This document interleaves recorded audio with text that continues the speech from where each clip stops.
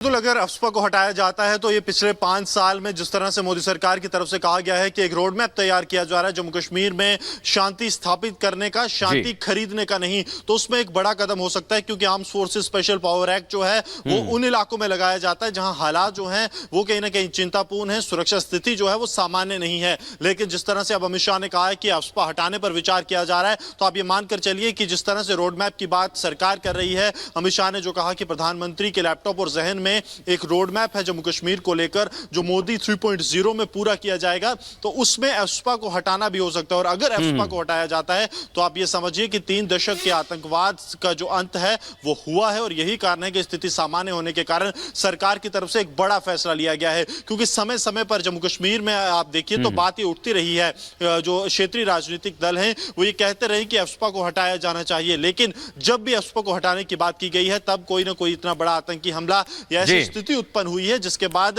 बिल्कुल गुरसिमरन आप बने रहिए क्योंकि ये बड़ा महत्वपूर्ण है। अगर आप जम्मू कश्मीर के हालात को देखेंगे तो वहां पर लगातार कार्य किया जा रहा है और इस बीच खबर यह भी है कि विधानसभा चुनावों की सुगबुगाहट भी सुनाई दे रही है, यानी जम्मू कश्मीर में जल्द ही विधानसभा चुनाव कराए जा सकते हैं। और बड़ी बात क्या है, अगर जम्मू कश्मीर में चुनाव होंगे तो वहां एक तरह से आप ये मान सकते हैं कि लोकतंत्र के इस पर्व में बड़ी संख्या में लोग शामिल होंगे। और इधर गृह मंत्री अमित शाह ने यह कह दिया है कि अफस्पा को हटाएंगे। वहीं 30 सितंबर से पहले चुनाव होंगे, ये भी गृह मंत्री ने कहा है। और चुनाव पर कोर्ट ने जो आदेश दिया है उसका पालन किया जाएगा। गृह मंत्री अमित शाह ने ये बड़ी बातें कही हैं।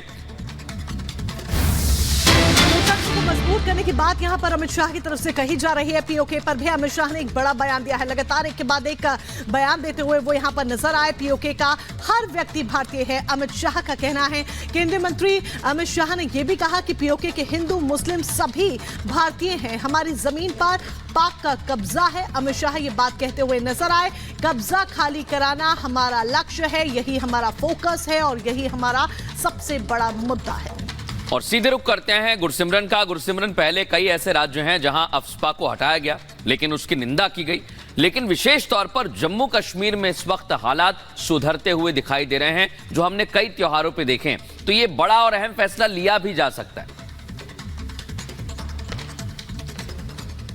देखिए, साफ तौर पर अगर बात की जाए, एक तरफ जहां एफस्पा हटाने की बात अमित शाह की तरफ से की जा रही है, दूसरी तरफ पाकिस्तान अधिकृत जम्मू कश्मीर की बात की। और एक बात जो सबसे महत्वपूर्ण गृह मंत्री की तरफ से कही गई कि वो सिर्फ जमीन हमारी नहीं है, वहां पर रहने वाले जो लोग हैं, जो ज्यादातर जो है मुस्लिम समुदाय के लोग हैं, वो भी हमारे लोग हैं। तो कहीं ना कहीं एक संदेश देने की कोशिश है कि एक तरफ वो पाकिस्तान जो अपने ही लोगों को कहीं ना कहीं अलग से ट्रीट करता है, बिल्कुल जो है तीसरे दर्जे के व्यक्ति के रूप में ट्रीट करता है, लेकिन एक तरफ भारत है जो न सिर्फ वहां की जमीन बल्कि वहां के लोगों को भी अपनाने के लिए पूरी तरह से तैयार है। और मांग भी हमने देखा था कि समय समय पर पाकिस्तान अधिकृत जम्मू कश्मीर में जब भी विरोध प्रदर्शन पाकिस्तानी सरकार के खिलाफ हुए हैं तो लोगों की तरफ से एक ही आवाज उठाई गई है कि अगर वहां पर यानी कि जम्मू कश्मीर के भारत वाले कश्मीर में रहने वाले लोग, भारत वाले जम्मू कश्मीर में रहने वाले लोग अगर शांति से रह रहे हैं, उन्हें सरकार हर एक सहूलियत मुहैया करवा रही है, तो आखिरकार पाकिस्तान जो है वो सौतेला व्यवहार क्यों कर रहा है। और उसके बाद लोगों की तरफ से यह भी कहा गया कि पाकिस्तान सिर्फ जमीन जो है पाकिस्तान अधिकृत जम्मू कश्मीर की हड़पना चाहता है,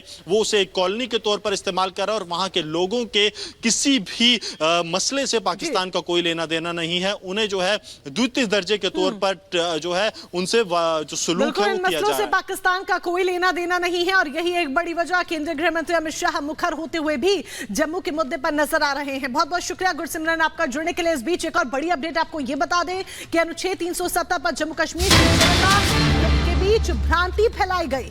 अमित शाह का कहना है, उन्होंने कहा कि 370 को लेकर जनता के बीच भ्रांति फैलाने की कोशिश की गई, भ्रांतियां फैलाई गई। 370 हटने के बाद जम्मू कश्मीर में अब जाकर शांति आई है, जम्मू कश्मीर से आतंकवाद खत्म हो गया है। और वक्त के साथ अलग अलग तस्वीरों के जरिए ये देखा भी गया है। बीते दिनों की बात करें, बीते अवसरों की बात करें तो ये देखा भी गया है। जम्मू और कश्मीर में पत्थरबाजी 0 हुई और पहले एक वक्त था, वो तस्वीर जरा याद कीजिए जब जम्मू कश्मीर में किस तरीके से पत्थरबाजी हुआ करती थी। यहां तक कि वो बच्चे या फिर वो युवा जिनके हाथ में कॉपी पेंसिल किताब होनी चाहिए थी, उनके हाथों में भी पत्थर नजर आते थे। वो भी इस तरह की गतिविधियों में कहीं ना कहीं भ्रांतियों के बीच में लिप्त नजर आते थे। लेकिन इन सब के बीच जिस तरीके से 370 हटा उसके बाद शांति आई है। तो ये जम्मू कश्मीर के हालात अभी देखने को मिल रहे हैं। और अगर आप जम्मू कश्मीर में शांति की बात करेंगे तो जो लगातार घटनाएं घटती थी उसमें कमी आई है। और अगर इसे देखा जाए तो इसके लिए 370 एक बहुत बड़ा हथियार साबित हुआ है। यानी जम्मू कश्मीर को लेकर गृह मंत्री ने साफ किया है, जो लोग आंकड़े पूछते हैं उन्हें बताया है 2014 से आतंकी घटनाओं में कमी देखी गई है। और इतना ही नहीं, गृह मंत्री अमित शाह ने यह भी कहा है कि हमारे सुरक्षा बल पूरी तरह से वहां तैयार हैं। सुनवाते हैं जरा आपको उन्होंने क्या कुछ कहा है। मेरा तो स्पष्ट जम्मू कश्मीर की जनता से निवेदन है, घाटी की जनता से निवेदन है, हमारे यहाँ आतंक फैलाने की जो साजिश है इसमें हम हिस्सा न बने, इससे किसी का भला नहीं है। और जनता ने इसको स्वीकारा भी है। 2010 में लगभग 2564 पत्थरबाजी की घटना थी, 2023 में 0 हुई। कोई भी इतना बड़ा बदलाव जनता के सहयोग के बगैर आ नहीं सकता। वो अलग बात है, इसको हमने कठोरता से लिया है। पत्थरबाजी में जो लोग शामिल हैं उनको नौकरी से नाकाबिल कर दिया, जो शामिल है उनको नौकरी से निकाला भी है। परंतु सिर्फ इससे नहीं होता, जब जनता समर्थन करती है तभी होता है। और आतंकवाद भी धीरे धीरे उनकी अंतिम अवस्था में है।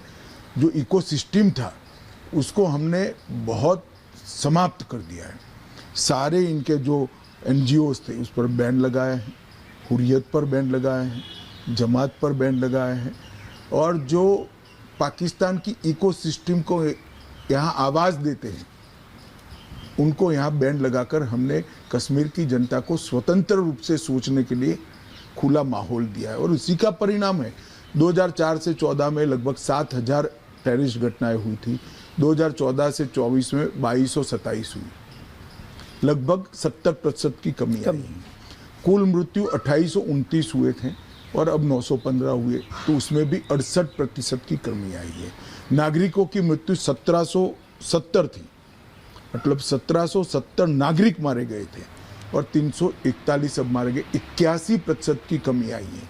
और सिक्योरिटी फोर्सेस की मृत्यु 1060 थी, इसकी जगह 574 हुई है, 46% की कमी आई है। और जो इस्लाम की बात करते हैं, मैं उनको बताना चाहता हूँ, ये नागरिकों की मृत्यु में 85% मुस्लिम भाई बहन मारे गए हैं। जो इस्लाम के नाम पर ये सब करते हैं जी, कश्मीरियत के नाम पर करते हैं, मैं उनको बताना चाहता हूँ कि कश्मीरी ही मारा गया, ज़्यादातर कश्मीरी मुसलमान मारा गया। और कृपया इसको बंद करना चाहिए। और हमने आतंकवाद के महिमा मंडन पर भी बहुत कड़ाई से रोक दिया है। सरकारी नौकरियों से कुछ लोगों को निकाला है, इनकी भर्ती में बंद कर दिया। बार काउंसिल को भी आतंकी समर्थकों से साफ किया है। और रोजगार, पासपोर्ट, गवर्नमेंट कॉन्ट्रैक्ट, इस सब में टेररिज्म की घटना में हिस्सा नहीं लिया है, सर्टिफिकेट को कंपलसरी करा है। किस तरीके से पत्थरबाजी 0 हुई है, आतंकवाद से जुड़ी घटनाओं पर लगाम लगी है, उसमें कमी देखने को मिली। इन तमाम मुद्दों पर खुलकर अमित शाह बोलते हुए नजर आए। इतना ही नहीं, विपक्ष पर भी जमकर उन्होंने हमला बोला। परिवारवादियों ने जमहूरियत को रोका, यह कहना है केंद्रीय गृह मंत्री अमित शाह का। कांग्रेस, NC, PDP पर भी निशाना साधते हुए वो नजर आए। तो खुलकर वो बोले हैं जम्मू कश्मीर के मुद्दे पर। तमाम सवालों का उन्होंने बेबाकी के साथ जवाब दिया। और ऐसे में उन्होंने ये भी कहा कि जम्मू कश्मीर को लेकर जनता के बीच तमाम तरह की भ्रांतियां फैलाई गई हैं। POK भारत का हिस्सा है। विपक्ष पर भी वो हमला बोलते हुए नजर आए। तमाम बातें अमित शाह ने कही।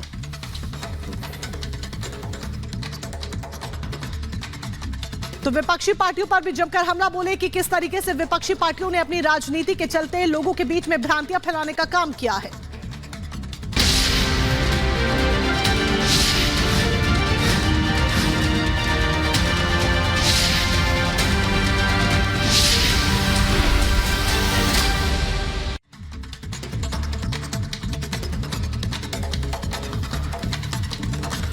और इस बीच आपको बड़ी जानकारी दे दें, उत्तर प्रदेश के मुख्यमंत्री योगी आदित्यनाथ अब चुनावी दौरे पर निकलने वाले हैं। कई जगह पर उनकी सभाएं होंगी और अभी रोड मैप तैयार कर लिया गया है। स्टार प्रचारक हैं, अलग अलग जगह पर चुनाव प्रचार करेंगे, जिसमें पश्चिमी उत्तर प्रदेश की कई सीटें रहेंगी।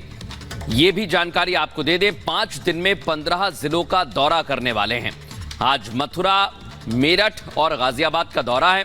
गाजियाबाद से अतुल गर्ग हैं, मेरठ से अरुण गोविल मैदान में हैं और अलग अलग जगह पर मुख्यमंत्री योगी आदित्यनाथ पहुंचेंगे। उनके ऊपर भी, उनके कंधों पर भी जिम्मेदारी है, क्योंकि नारा दिया है 400 पार का और उस दिशा में अब प्रचार के लिए चुनावी मैदान में मुख्यमंत्री योगी आदित्यनाथ उतरने वाले हैं। तो सीएम योगी आदित्यनाथ एक के बाद एक ताबड़तोड़ चुनावी रैलियां करते हुए नजर आएंगे। 5 दिनों में 15 जिलों को कवर करते हुए, चुनावी सभा करते हुए वहां पर नजर आने वाले हैं मुख्यमंत्री योगी आदित्यनाथ। क्योंकि देखिए, देश का सबसे बड़ा सूबा, देश का सबसे बड़ा प्रदेश अगर है तो वो उत्तर प्रदेश है और यही एक बड़ी वजह है कि कहा जाता है कि अगर केंद्र की सत्ता की चाबी कहीं के से होकर जाती है या रास्ता कहीं से होकर जाता है तो वो होकर जाता है उत्तर प्रदेश से। तो मुख्यमंत्री योगी आदित्यनाथ प्रचार के लिए जाने वाले हैं। 27 मार्च को प्रचार कहां पर होगा, जान लीजिए। मेरठ, गाजियाबाद और मथुरा, ये पश्चिमी उत्तर प्रदेश की बड़ी सीटें हैं जहां मुख्यमंत्री योगी आदित्यनाथ जाएंगे। 28 मार्च को कहां प्रचार होगा, बिजनौर, अमरोहा और मुरादाबाद में मुख्यमंत्री योगी आदित्यनाथ की सभा है। 29 मार्च को वो पहुंचेंगे सहारनपुर, शामली और मुजफ्फरनगर। ये भी देखना होगा क्योंकि इस सीट पर फाइट बहुत जबरदस्त होने वाली है। 30 मार्च को जाने वाले हैं, नोएडा में आएंगे जहां कोई मुख्यमंत्री आता नहीं था, बागपत पहुंचेंगे और बुलंदशहर जाएंगे। 31 मार्च को रामपुर, पीलीभीत और बरेली में सभा होने वाली है। बड़ी बात यह कि रामपुर सीट आपको भूलनी नहीं चाहिए, जो अलग तरह से समाजवादी पार्टी के लिए गढ़ मानी गई थी, लेकिन अब वहां पर भारतीय जनता पार्टी पूरी तैयारी में जुट गई है। अब सवाल यही है कि एक तरफ बीजेपी ने नारा दिया है 400 पार का, दूसरी तरफ विपक्ष तमाम गंभीर आरोप लगा रहा है, लेकिन अब किस तरह से 400 पार के नारे को पूरा करने में भारतीय जनता पार्टी जुट गई है, कहां पर चुनावी तैयारियां हैं, इस रिपोर्ट